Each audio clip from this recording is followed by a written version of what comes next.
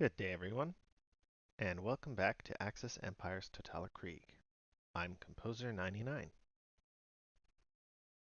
Before we get started with this first summer turn of 1941, I'd like to mention a few errors from the previous video. First, in Egypt, the Axis were technically overstacked. I shouldn't say technically. They were overstacked during their first attack on Egypt. We're going to let that lie because it won't have affected the odds of the attack if they'd gone without a factor.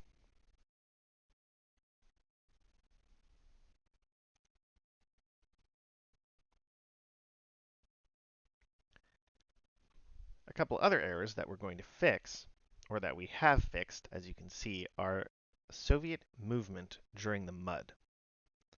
The Soviets did a lot of adjusting of lines that was not possible in the muddy weather. I've already adjusted that now.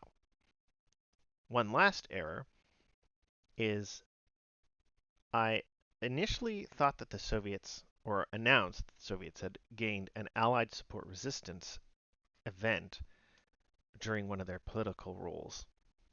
In fact, because of the modifier, they'd received a no result event. I applied the modifier properly, but then read off the wrong result on the table. Fortunately, I did notice that during post-production and was able to put text to that effect in the video that was previously published. So that leaves us ready to go for the start of summer 1941. First things first, in summer 1941, we have a victory check. The Axis controls two Western strategic hexes in Paris and Brussels. The Western faction does not yet control any Axis strategic hexes. The Soviet faction controls Warsaw, Bucharest, and Madrid, or 3 hexes. The strategic value is -1. That means the current victory point total is 1 VP Allied Crusade. Let's proceed with the Axis seasonal turn. The Axis faction reveals Operation Merida as their new current card. During the option card segment, they select one target minor country, then either apply Declare War or roll on the Diplomatic Incident table. The glossary defines a target minor country as, let me see if I can find it here, a minor country may be selected as a target minor country if any of the following applies. It shares a border or naval zone with any country or dependent that contains a ground unit belonging to the phasing faction. It has a dependent that shares a border or naval zone with any country or dependent that contains a ground unit belonging to the phasing faction. So, for instance, right now, Ireland could be a target minor country for German cards like Operation Merida because it shares a naval zone with a country or dependent, northern France, for instance, containing ground units belonging to the phasing faction. That's one example. Another example would be Denmark Norway, which shares a border with Germany, and Germany contains ground units belonging to the Axis faction. How do we know that? East Prussia is part of Germany.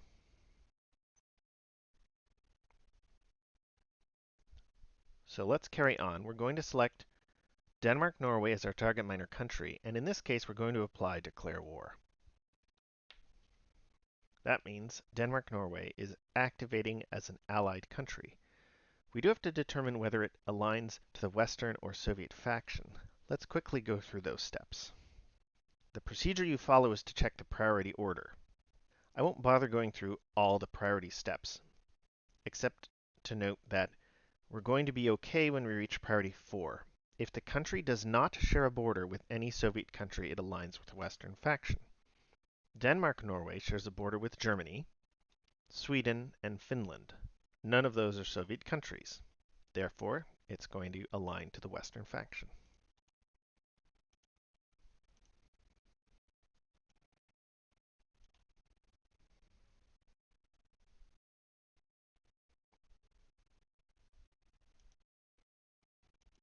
The only Norwegian unit, or Danish Norwegian unit, is this reserve unit,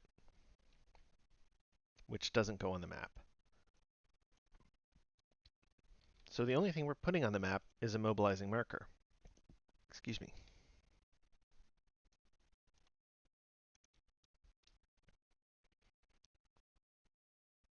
With the setup for Denmark Norway complete, let's carry on with the Axis faction turn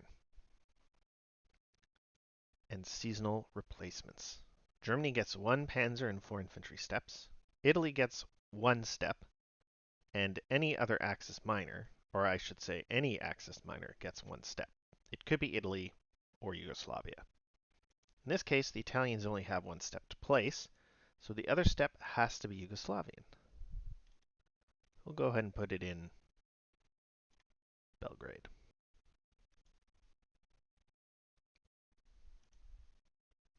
And last but not least, German steps. We're going to go ahead and use 2 infantry steps to place the airborne unit in Hamburg. We're going to go ahead and place another unit in Hamburg and another unit in Berlin. Now let's place it in Vienna and send it to the south. We're going to need one of these infantry to occupy Copenhagen.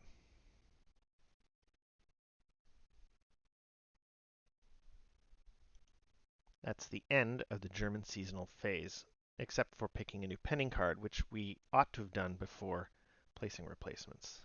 And we've forgotten our armor step. So let's go ahead and pick our pending card and place our armor step. We're playing support nationalists.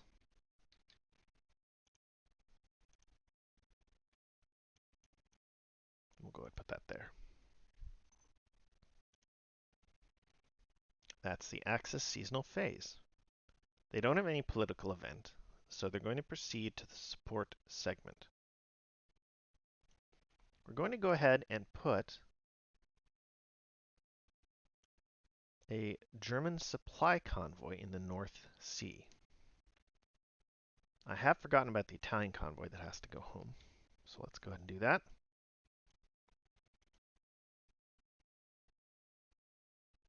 We don't need to shuttle any more units over to Egypt, although maybe we will.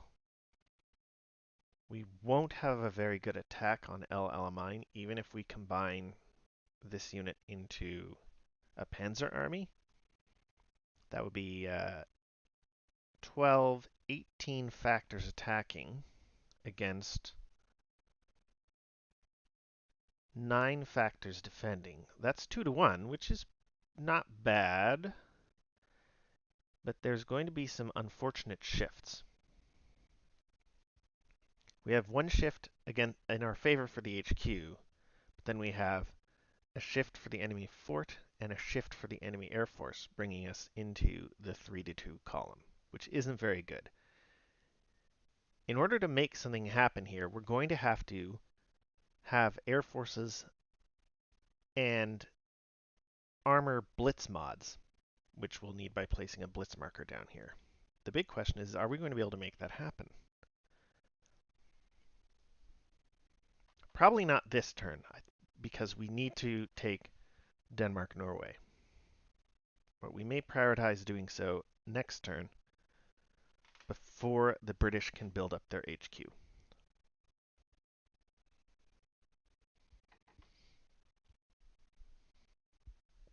We're definitely going to hope that they get a bad delay result on that Air Force.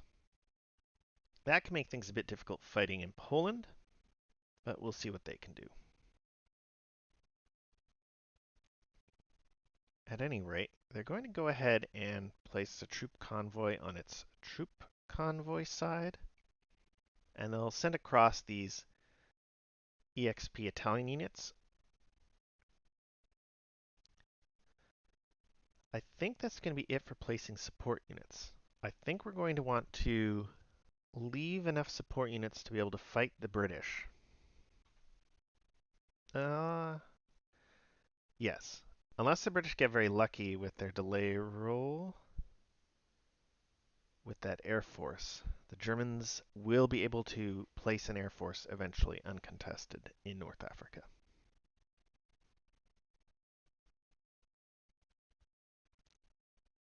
So the only thing they have to do is place a blitz marker. Let's get one of those out of the marker tray. And they want to place it so that the airborne unit is going to be blitz enabled in order to perform an airdrop, which you may recall from our earlier videos attacking France, how that works.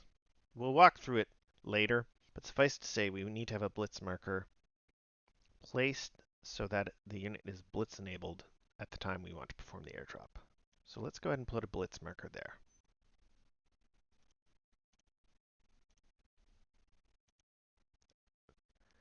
That is the end of the support segment. During the organization segment,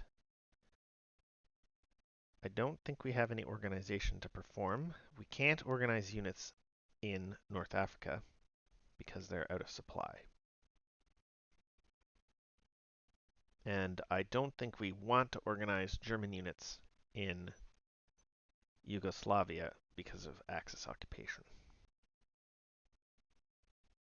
That brings us to operational movement.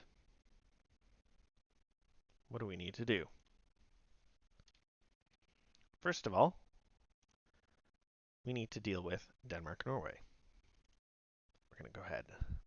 Half, 1, half, half, 1, half, 2.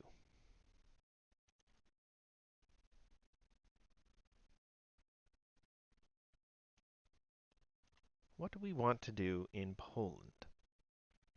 We probably want to avoid attacking anywhere that the HQ can support, unless we're attacking the HQ's hex itself. If we can take over Krakow, that would allow us to actually conquer Poland. Would it be worthwhile attacking Krakow this turn?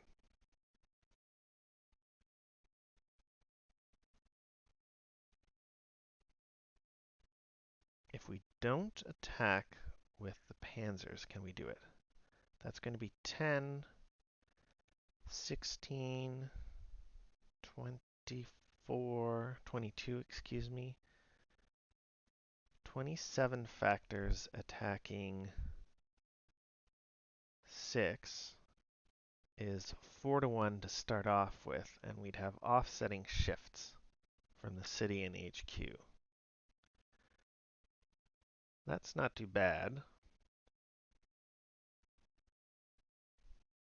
But just 3 more factors gets us into the 5-1 column, and 9 more factors gets us into the 6-1-8-1 column. I shouldn't say 5-1 column, there isn't a separate column. But if we get enough factors to get into the 6-1 column, it's looking a lot better. For starters, we're inflicting a minimum of 2 results on the worst case scenario. So if we throw in the Panzer Army, we're going to have 10, 16, 22, 27, 35, and if we bring one of these one-step panzers down, or maybe one of this one-step panzer here, just to take a loss, that would get us into the 6-1 column. Inflicting 2 steps would be good, although that would open up the possibility of replacements arriving there, which maybe we don't want. It might be better to attack somewhere else, maybe even attack the HQ to get rid of it. And then, when we have a blitz marker to spare, either next turn or the following turn, we can take Krakow. Taking Krakow would conquer Poland and remove the Polish units from the map, including forcing a breakdown of the HQ if it's still around. There are 3 factors defending Lublin. If we max out our attack, we can get 18 factors attacking. That's the 6-1 column.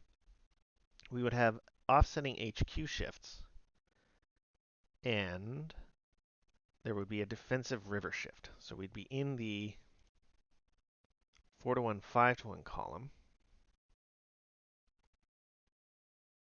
The only bad result would be a 6, which would cost us a panzer step but wouldn't kill the HQ. Anything else would actually remove the HQ from the map because of mandatory retreat conversion. The alternative would be to attack somewhere along the flanks where the HQ can't support. Right now, that would be the 13th Army. With 3 factors defending, if we can get 5, 10, 16,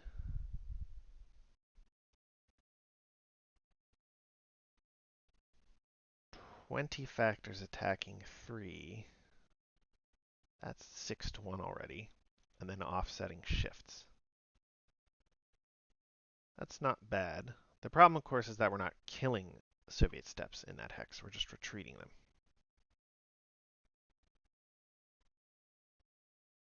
So we might be potentially giving up a panzer step for as little as 1 dead Soviet infantry step.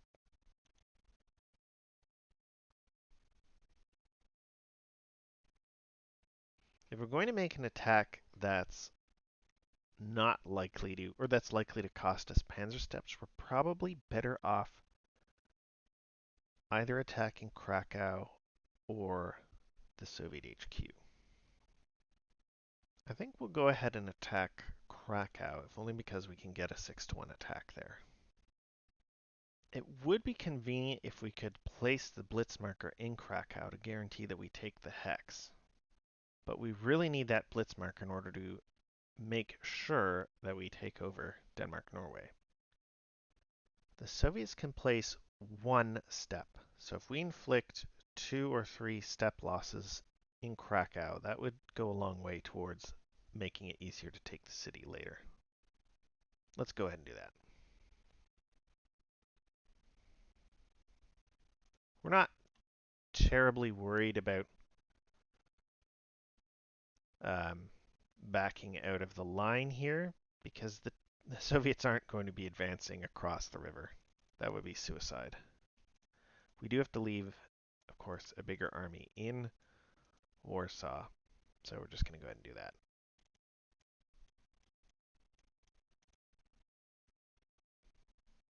Go ahead and do that.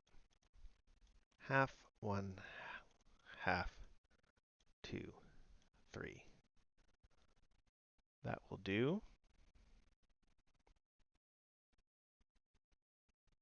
Let's do Yugoslavia last, just because it's the most tricky situation. The units in Egypt and Libya cannot move right now, because they are not in supply. However, we can ship a unit out of Toronto into Tobruk. So we will do just that. And then half, 1, half, 2. And let's look here. We have 1, half, 2,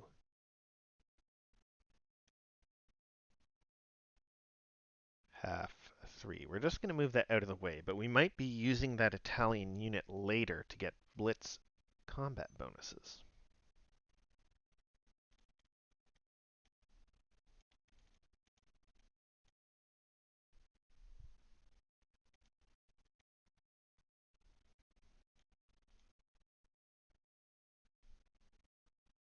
Let's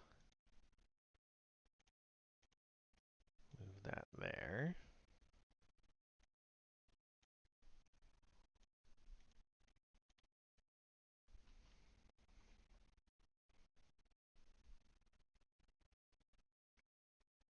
We have a retreat path if we need it.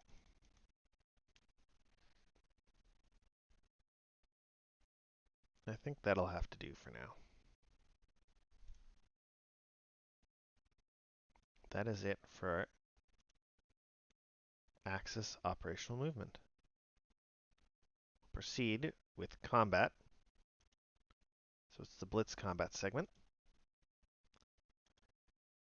Airdrop is the first thing that happens in the Blitz combat segment. A supplied Blitz-enabled airborne unit can conduct an airdrop by flipping to its airdrop marker side and placing itself within 2 hexes of its current location. So we go ahead and airdrop into Stavanger.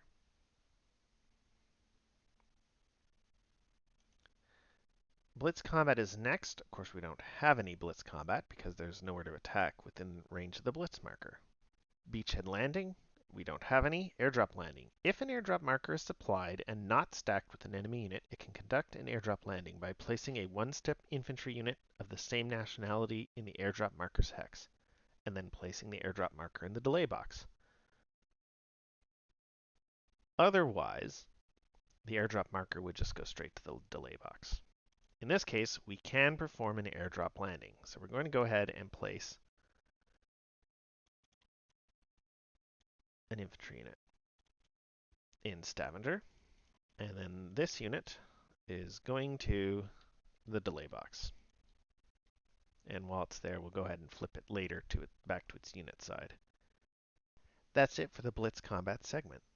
Let's move on to regular combat.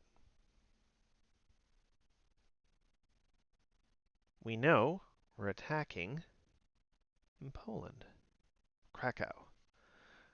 We have 4, 10, 18, 20, 26, 32, 37 factors attacking 6. That's the 6-to-1 column. We have offsetting shifts for HQ and city. A defensive shift for city and offensive shift for HQ. So it stays in the 6-to-1, 8-to-1 column.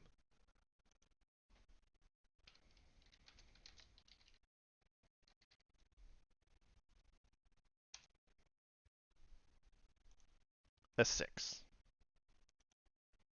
That's an exchange. Oh, excuse me. I'm looking at the wrong column. DR111. Well, that's a bit unfortunate.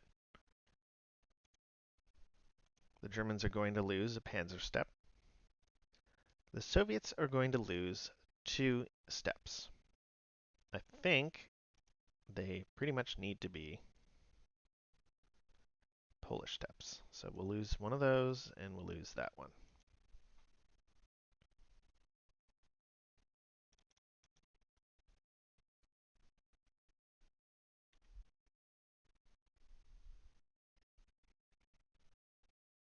That's the end of that.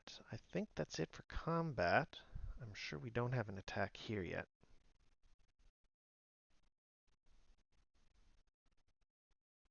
Nope.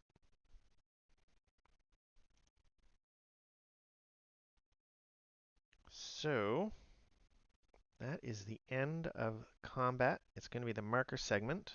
This would technically be going back to there. We remove the blitz marker. Since we're going to have a blitz marker to place every turn this season, we're just going to go ahead and put it in the force pool.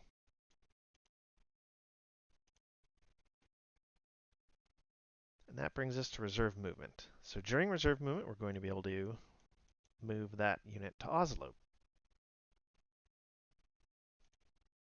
That unit's going to move to Posen. We don't really want to move any of the other units. We can't move any of the other units here that are in Zox. So it's just this HQ and this step, which don't need to move. We don't really feel like moving any other unit down here. Down here, we're going to go ahead and move half, 1, half, 3. That unit can't move. And then we'll go ahead and shuffle another unit across.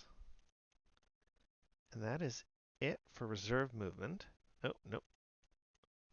1, 2.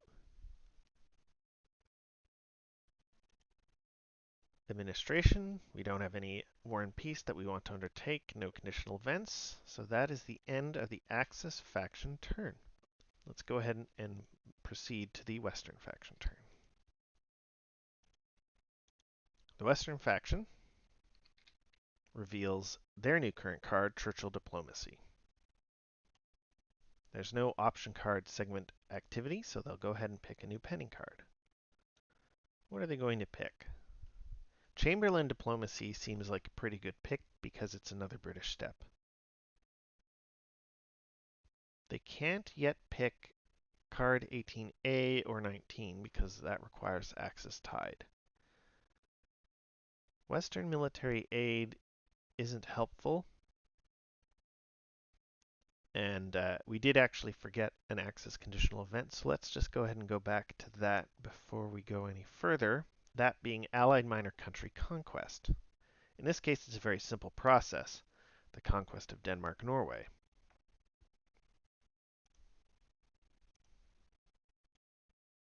We'll just go ahead and put that back up there for now, so it's out of the way.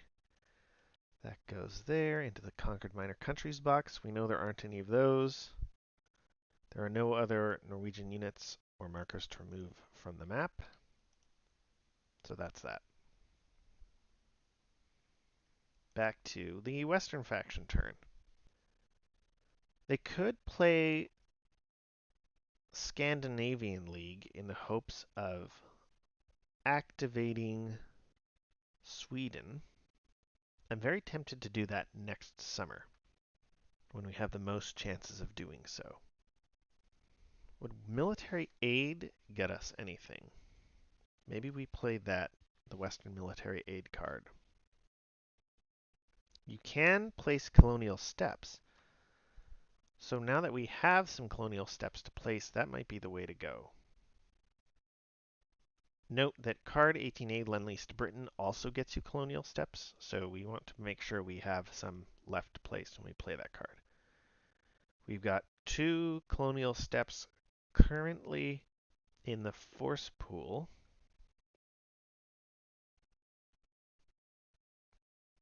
We can get military aid through Churchill diplomacy.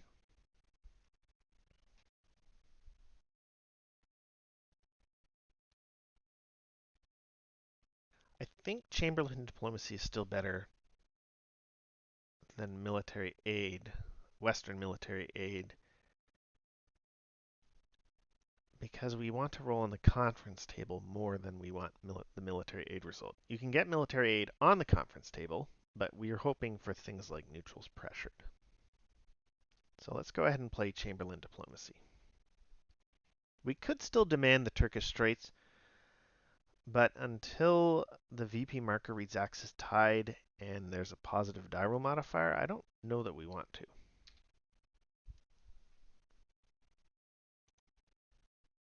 We'll leave it at that. With that out of the way, we'll place our British infantry step. We don't need any infantry steps to defend Britain, certainly not with the forces arrayed against us. We have our fast infantry ready to intervene in case we get free passage results for the Axis in the Middle East when we get to playing some of those Lend-Lease cards. So we just need more steps to send to Egypt and maybe to send to Malta or Gibraltar for later.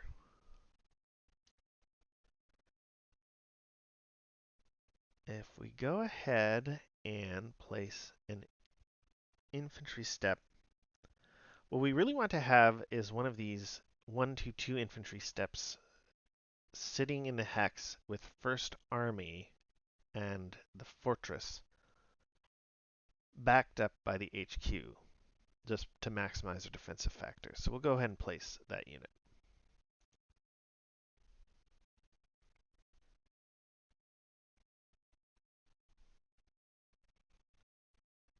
And that is it. So now we have a political event.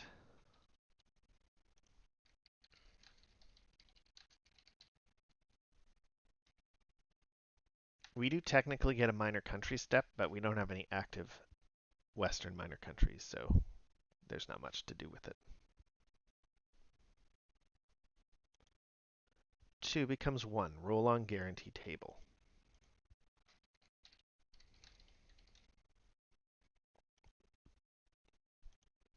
3 becomes 2. Minor country politics. Limited wars in effect, so we need to roll on an area table.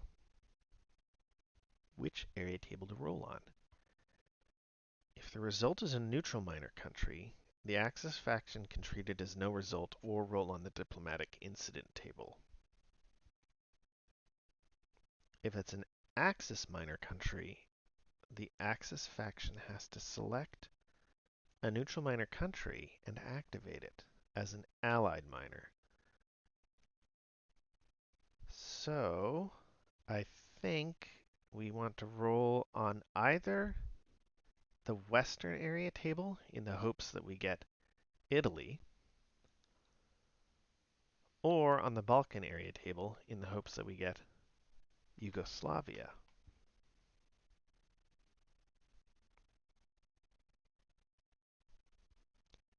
The danger there is if we get Romania, that's also going to start a border war.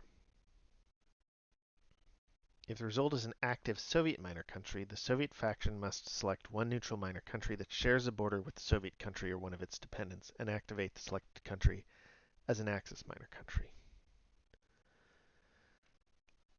That would force the Soviets to activate Bulgaria as an Axis country. It would be giving it to the Germans for free.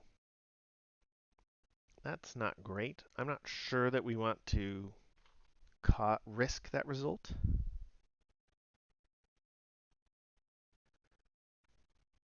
If we roll on the Western table, Germany's likely to treat any result in France/Vichy right now as a no result. Spain, I believe, might be immune to minor country politics because it is a civil war country. I'm just going to quickly check that out. Only border war, civil war defeat, civil war victory, declare war, no Pazaran, political option, provincial independence, Republican infighting, and the bell tolls for thee can apply to a civil war country. That does mean that Germany can roll on the diplomatic incident table and potentially apply at least one result to Spain. I'm going to check up the errata on that actually. Bear with me. Okay. The errata doesn't say anything about the border war political event. However, the previous version of this rule set from 2014 does not list border war as a political event that can apply to a civil war country. So I have the feeling that that is an error. Although, on the other hand, if they were just copying and pasting text over and then editing it after the fact, that might imply an intention to allow the border war to apply to civil war countries. The problem there is that border war activates a country, and it's sort of a bit weird in the case of civil war countries. I have the feeling that that's probably an error. Admittedly, there's not much chance of getting a border war result. That might just be a typo. I'm not sure. But of course, we always have the option of avoiding having anything like that happening. I think we're going to pick the Western table because if we get Italy, Italy's going to launch a war with someone, with another minor country, which would have to be either Vichy or Greece. That is exactly the kind of thing the Western faction wants. So let's go ahead and do that.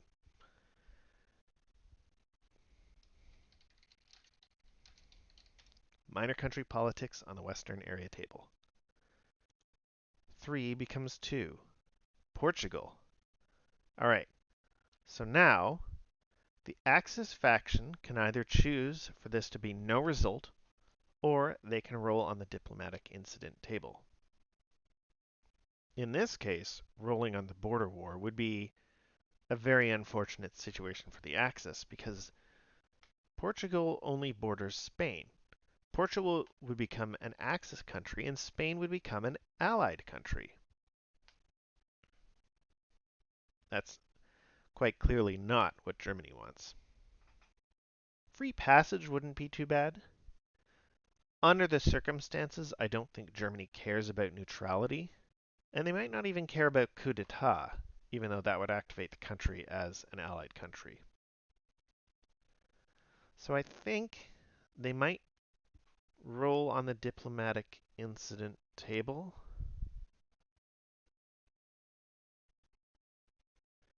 You know what? I think they're going to go ahead and treat it as a no result. I think the possibility of border war is just too unwelcome.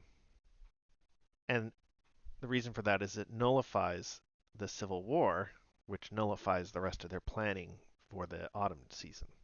So that'll be no result. That's the end of the political event for Churchill diplomacy. Let's proceed. Support segment. I'm sure we've got some returns to base. Oh, maybe not. Maybe not. No, we don't have any convoys out at sea.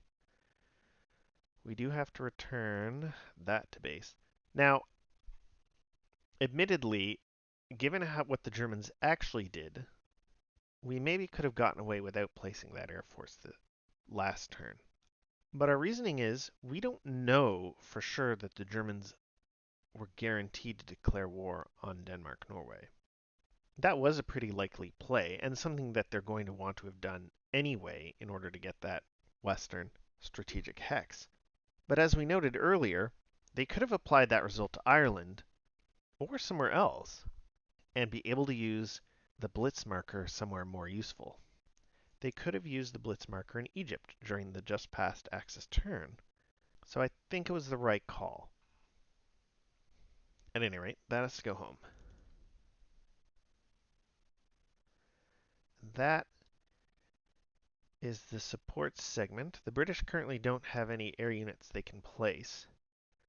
Do they want to place a surface fleet? That might be a good way to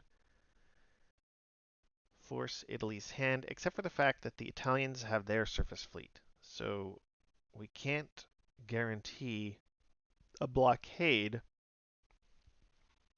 of ports in the central Med in order to cut off supply.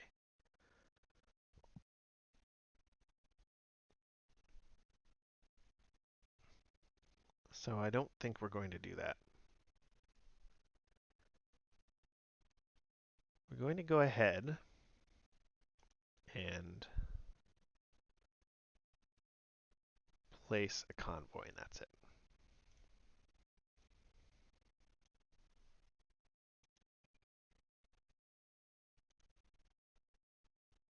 Next up, organization segment. We don't have any organization to do. Operational movement. We'll go ahead and move that unit down into the West Africa box.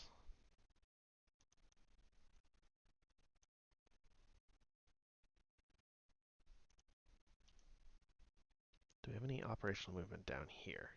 On the one hand, it would be nice to get that infantry step out of El Alamein so that we could combine into the HQ next turn.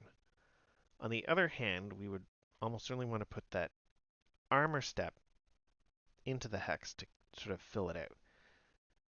That would give us 6, 7, 8. Instead of 9 defensive factors, it would be 8 defensive factors. That won't change the defensive profile compared to what the Axis can bring to the table. 16 factors attacking is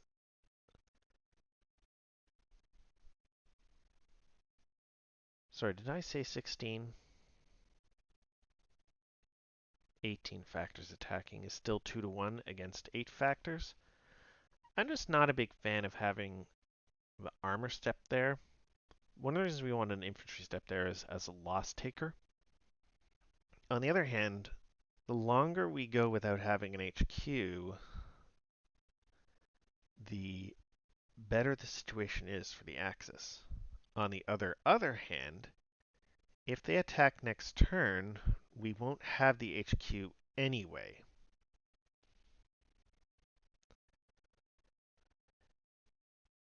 if anything, it might be better to prepare for, well, they have the defense, so the Axis aren't breaking through through that fort anytime soon. But if they get blitz combats and some decent rolls, that could be a problem. So we're going to go ahead and do that just in case. And I think that'll do.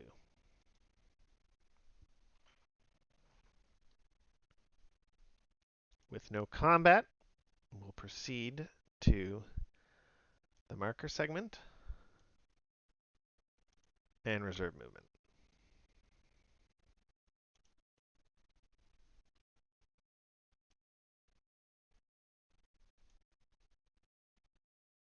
And that's it for the Western faction turn.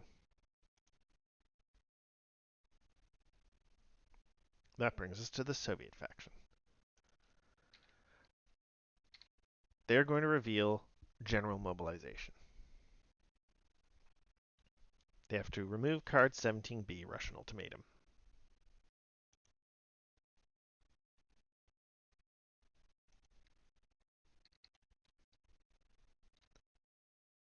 What else do they need to do? If Russia's posture is Rapallo, you may change it to war. Well, it's already war. Force pool additions.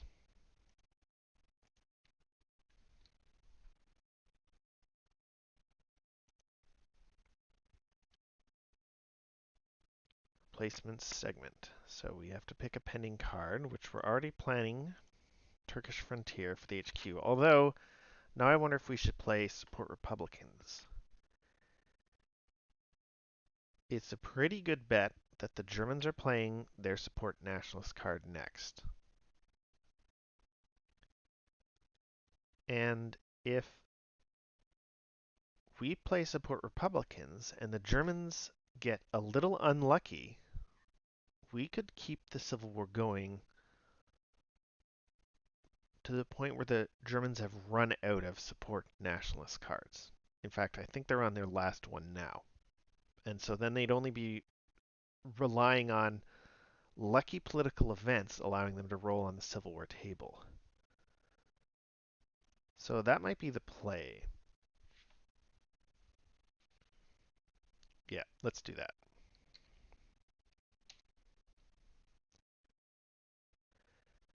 It's not great if the Germans succeed on their Civil War card, but given that we're almost down to recyclable cards anyway, I think we're probably fine doing that. We can't play Russian surrender because the VP marker is Axis tied, and we wouldn't want to unless we could actually take advantage of it. I think we can't play further demands because that requires Russia's postures entente back to Rapallo. I should say we can play it, just nothing happens if we play it. I'd just as soon not play Stalin Orders Attack. I want to play Siberian Reserves Released, which is 26B.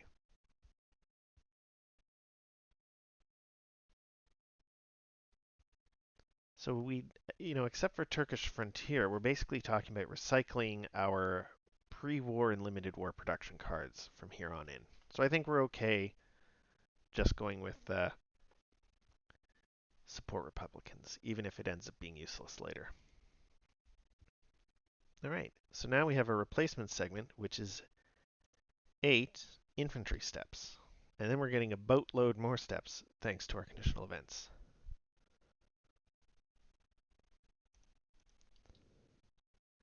Where are we going to put them? Well, it looks like we have not organized our force pool in a while, does it? Doesn't it?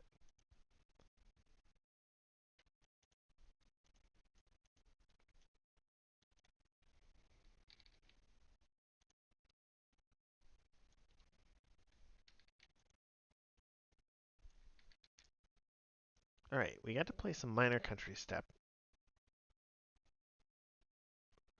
We could put it in Lublin with the HQ. Now that there's room, though, I think we're better off placing it in Krakow. The extra step's good also for trying to stall out a German attack a bit longer. And then we have 8 Russian steppes.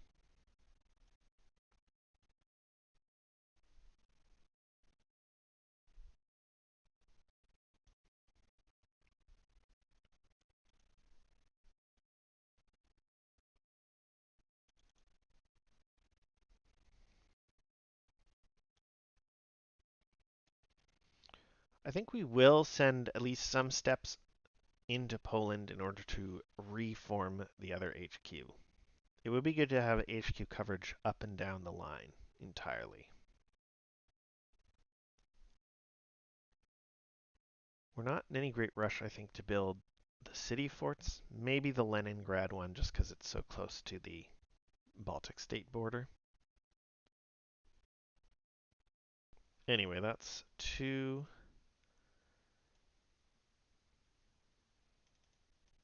3. Let's move those actually all the way over there. Or right here.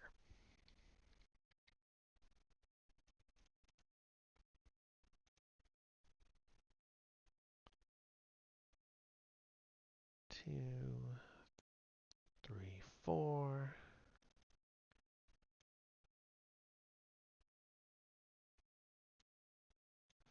5, 6, 7. Nope. 7, 8.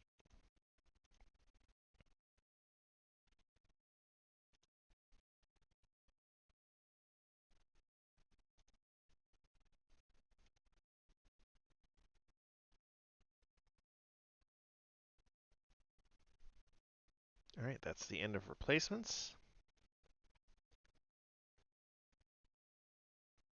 Support segment. We don't have any support units to place.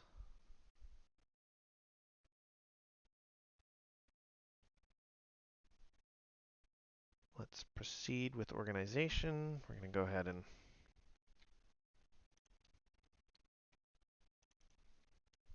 organize a few of these infantry.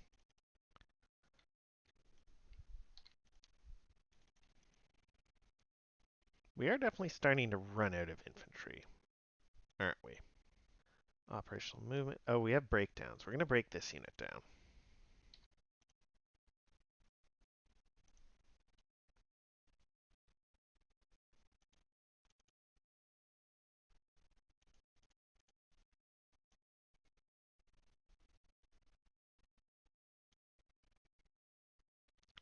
We have actually, we're not done combining that and that, and then we break down.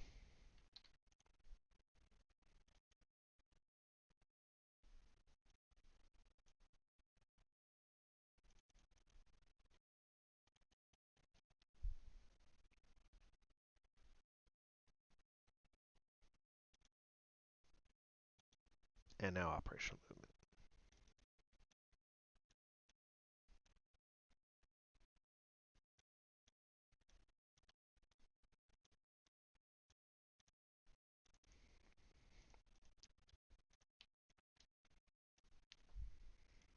Half, 1, half, and that. And we will get our HQ in range.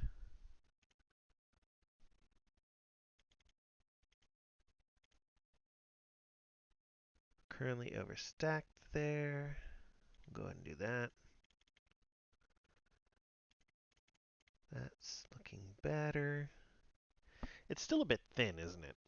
Basically, the only reason that line hasn't crumbled is because the Germans haven't dedicated Air Force and Blitzmarker to doing it.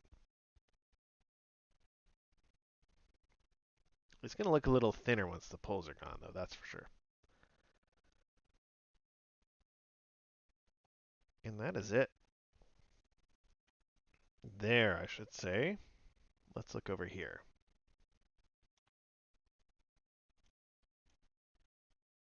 All right, now we will do this. We also forgot about placing a blitz marker, which I think we want to do. since we have one for the rest of the summer.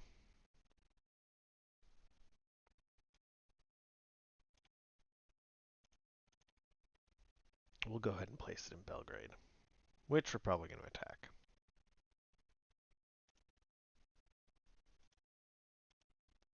And that's the end of operational movement. Blitz combat. We have 3, 4, 5, 7, 8, 9, 10, 11, 12, 13, 14 factors attacking 6, which is 2 to 1. There's a shift for the city and a shift for the HQ. And I think that's it because we don't have any tanks. So, yeah, we're still in the 2 to 1. The Russians have definitely been benefiting from getting some really lucky rolls here. We're going to have to see if their luck changes.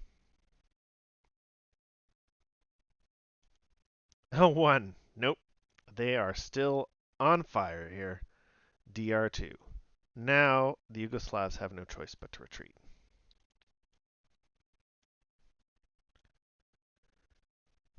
1, 2.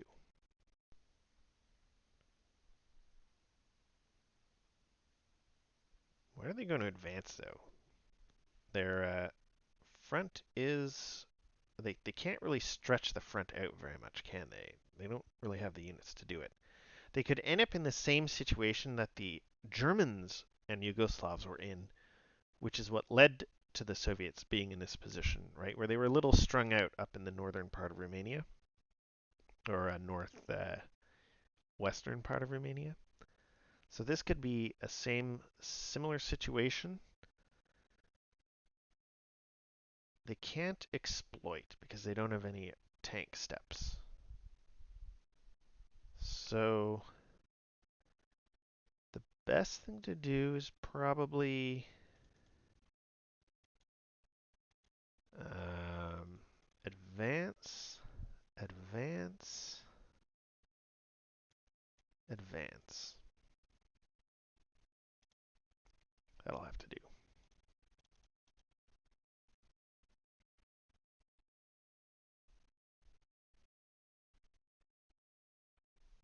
The good news is they might be able to repeat this success against the Germans, and this time start inflicting some attrition during regular combat.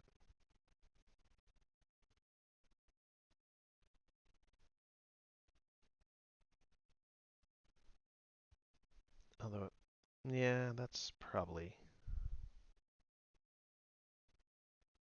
Would they be able to do that? 3, 4, 5, 6, 7, 8, 9, 10, 11. They're a little stuck now.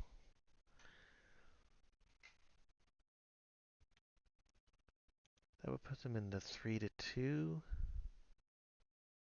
I mean, a DR1 would do the trick.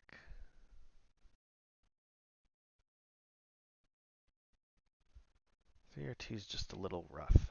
Well, they might do it anyway. That's it for their advancing. Regular combat.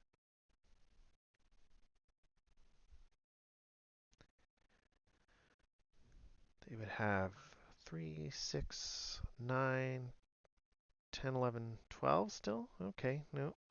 3, 4, 5, 6, 7, 8, 9, 10, 11, 12 factors attacking 6. It's still 2 to 1. Still 2 to 1. Attacking here. The Germans really should have moved those units so they had a have retreat path. They really should have. Let's go ahead and do it.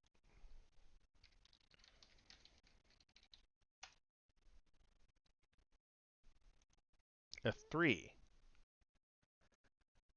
I think they have finally met their match, sort of. And it's an exchange, a straight up exchange. When you get an exchange, the attacker has to either take a step loss or retreat when hex. Because there's a HQ and HQ participating in the combat, they can't retreat. So they have to take a step loss. And I think the best choice is unfortunately the cavalry. Having taken a step loss, we force the same decision on the defenders. Because it is an exchange, we can't force them to retreat.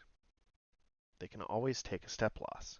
In this case, I think they'll rather take a step loss because the alternative is to retreat and then start taking more step losses from overstacking. So that feels pretty good. That still feels pretty good. And I think that's it for the Soviet turn. During the marker segment, they have to remove the blitz marker.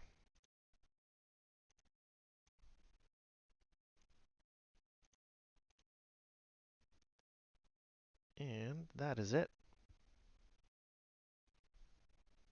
That's the end of the May-June summer turn. We just have to do our delay rolls. What do we have here? The airborne unit. 5.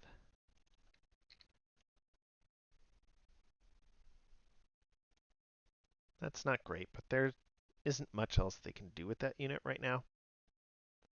Not until they have more blitz markers.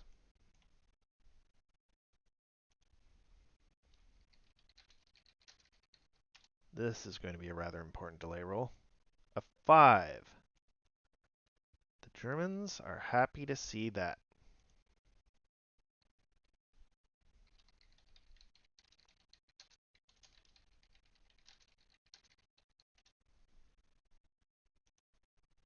And a 6.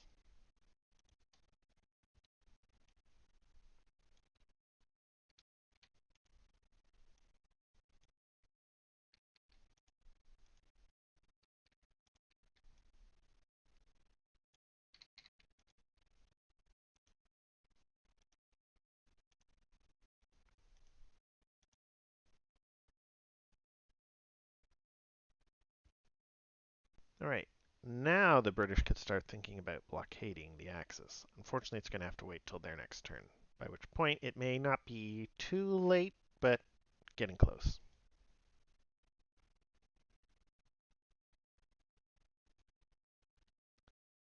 That's the end of this video. Hopefully you enjoyed it. I think I've avoided making any errors of play. Fingers crossed. I'm sure some sharp-eyed viewer will set me straight if that's not the case. I did actually almost forget Soviet operation. I've almost completely forgotten about Soviet operational movement. Not operational movement, reserve movement. I did forget about that. What do they have? I think we can't really afford to leave the HQ unprotected in case there's a flanking move through Bulgaria later. On the other hand, what are they going to do? The other thing is we're kind of waiting for Soviet reinforcements. Anyway, that unit goes there. That unit will go there. That unit will go there. That's reserve movement. We also forgot about the Soviet conditional event, which is that they place 6 infantry steps and a tank step. The tank step, I think we are going to commit in order to replenish our tanks in Romania, or our cav mech in Romania. And that's about it for further forward deployment. So 6 infantry. We're really running low on it, aren't we? 1, 2, 3, 4, 5, 6.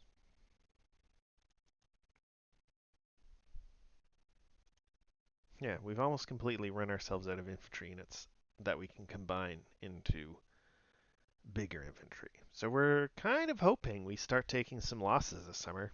so that we can stack up more units. It's a strange thing to hope, but there you go.